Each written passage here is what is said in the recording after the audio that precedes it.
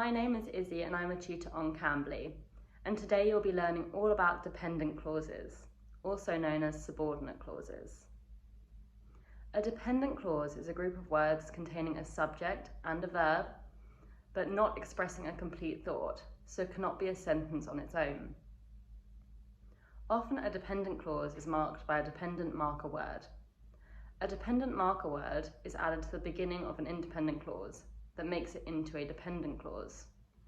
Some common dependent markers are after, although, as if, because, before, even if, even though, if, in order to, since, though, unless, whatever, when, whenever, whether, and while.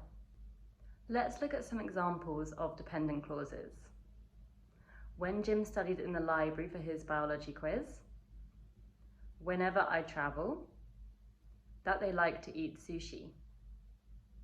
We can see that each of these examples are clauses because they each have a subject, Jim, I, they, and a verb, travel, study, like.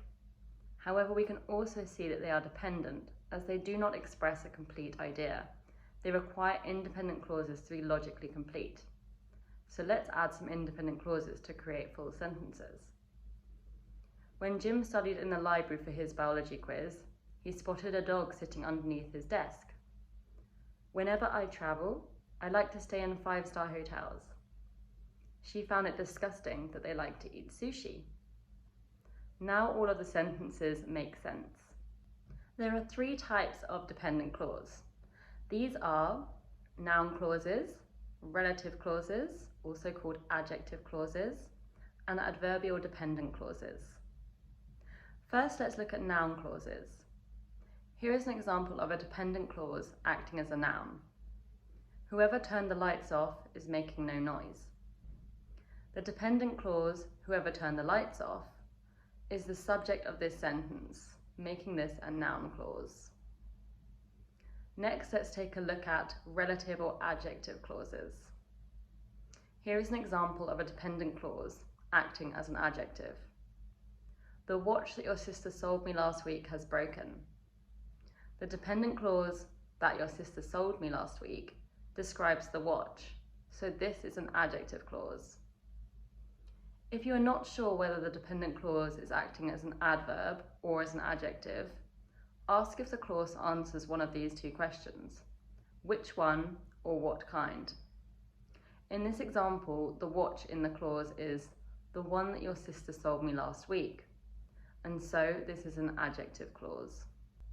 Finally, let's look at adverbial dependent clauses. Here is an example of a dependent clause acting as an adverb. He played football until his shoes gave him blisters.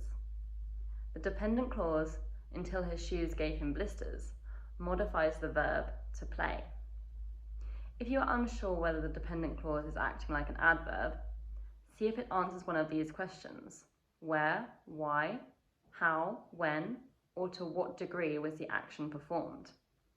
In our example, the action of playing football was performed until his shoes gave him blisters, so it is an adverbial dependent clause. To finish, let's go through one of the most common errors when dealing with dependent clauses: sentence fragments. Sentence fragments happen when we treat a dependent clause as a complete sentence. You can usually fix this error by combining it with another sentence to make it a complete thought, or by removing the dependent marker. Here is an example of a sentence fragment: because I forgot the exam was today. To fix this error, we could change the sentence to, because I forgot the exam was today, I didn't study, combining the sentence with a complete thought, which is the phrase, I didn't study. Alternatively, we could fix the error by removing the dependent marker, giving the sentence, I forgot the exam was today. I hope this lesson has helped you to understand dependent clauses a little bit better. For those of you who are unfamiliar with Cambly, Cambly gives you instant access to friendly native English speakers. You can take English lessons anytime, anywhere, right from your phone or computer. Schedule your next lesson with me using the link below. Thank you so much for watching. Bye!